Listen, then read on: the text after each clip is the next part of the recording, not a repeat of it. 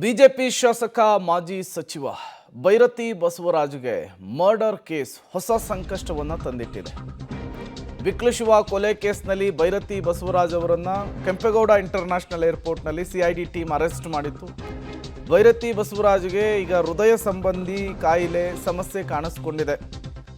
Custody ಬದಲಿಗೆ ಜಯದೇವ ಆಸ್ಪತ್ರೆಗೆ ಅವರನ್ನು ಶಿಫ್ಟ್ ಮಾಡಲಾಗಿದೆ ಚಿಕಿತ್ಸೆಗಾಗಿ.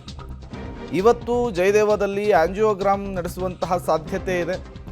ಇತ್ತ ಭೈರತಿ ಅವರನ್ನು ಕಸ್ಟಡಿ ಕೊಡಿ ಅಂಥೇಳಿ ಸಿಐಡಿ ನ್ಯಾಯಾಲಯಕ್ಕೆ ಮನವಿ ಮಾಡಿಕೊಳ್ಳೋದಕ್ಕೆ ರೆಡಿಯಾಗಿದೆ. ರಿಮ್ಯಾಂಡ್ ಅರ್ಜಿಯಲ್ಲಿ ಕಸ್ಟಡಿಗೆ ಕಾರಣವನ್ನು ಸಿಐಡಿ ಕೂಡ ಕೊಟ್ಟಿದೆ. ಏನಿದು ರಿಮ್ಯಾಂಡ್ ಅರ್ಜಿ ಅಂದರೆ, ಯಾವುದೇ ಒಬ್ಬ ವ್ಯಕ್ತಿಯನ್ನು ಬಂಧಿಸಿದ 24 ಗಂಟೆಗಳ ಒಳಗಾಗಿ ನ್ಯಾಯಾಧೀಶರ ಎದುರು ಪ್ರೆಸೆಂಟ್ ಮಾಡಬೇಕು. ಆ ಸಂದರ್ಭದಲ್ಲಿ ರಿಮ್ಯಾಂಡ್ ಕಾಪಿ ಅಥವಾ ರಿಮ್ಯಾಂಡ್ ಅರ್ಜಿಯನ್ನು ನ್ಯಾಯಾಧೀಶರಿಗೆ ಸಲ್ಲಿಸಬೇಕು. ಈ ರಿಮ್ಯಾಂಡ್ ಅರ್ಜಿಯಲ್ಲಿ ಈ ವ್ಯಕ್ತಿಯನ್ನು ಯಾಕೆ ಕಸ್ಟಡಿಗೆ ಕೊಡಬೇಕು, ತನಿಖೆಯ ಅವಶ್ಯಕತೆ ಏನಿದೆ ಅನ್ನೋದನ್ನು ತನಿಖಾಧಿಕಾರಿಗಳು ವಿವರಿಸಿರ್ತಾರೆ. ಆ ಅಂಶಗಳನ್ನು ನೀವು ಸ್ಕ್ರೀನ್ ಮೇಲೆ ಗಮನಿಸ್ತಾ ಇದ್ದೀರಿ.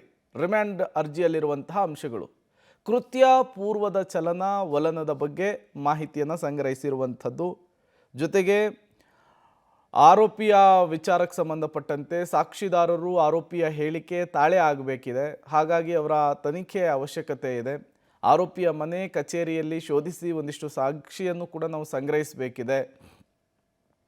ಇವೆಲ್ಲವೂ ಕೂಡ ಸಿಐಡಿ ಕೊಡ್ತಾ ಇರುವಂತಹ ಕಾರಣಗಳು, ಯಾಕಾಗಿ ಭೈರತಿ ಬಸವರಾಜ್ ಅವರನ್ನು ವಿಚಾರಣೆಗೆ ಒಳಪಡಿಸಬೇಕು ಅಂತ. ಘಟನೆಗೂ ಮುನ್ನ ಪಿತೂರಿ ನಡೆಸಿದಂತಹ ಸ್ಥಳವನ್ನು ಕೂಡ ಗುರುತಿಸಬೇಕಿದೆ. ಹಾಗಾಗಿ ಈ ಪ್ರಕರಣದ A5 ಆರೋಪಿಯನ್ನು ವಿಚಾರಣೆಗೆ ಒಳಪಡಿಸಬೇಕು. A1 A20 ಜೊತೆಗೆ ರಿಯಲ್ ಎಸ್ಟೇಟ್ ಉದ್ಯಮವನ್ನು ಭೈರತಿ ಬಸವರಾಜ್ ಅವರು ಮಾಡಿದ್ದಾರೆ. ಈ ಬಗ್ಗೆ ಆರೋಪಿಯಿಂದ ಮಾಹಿತಿಯನ್ನು ಸಂಗ್ರಹಿಸಬೇಕು.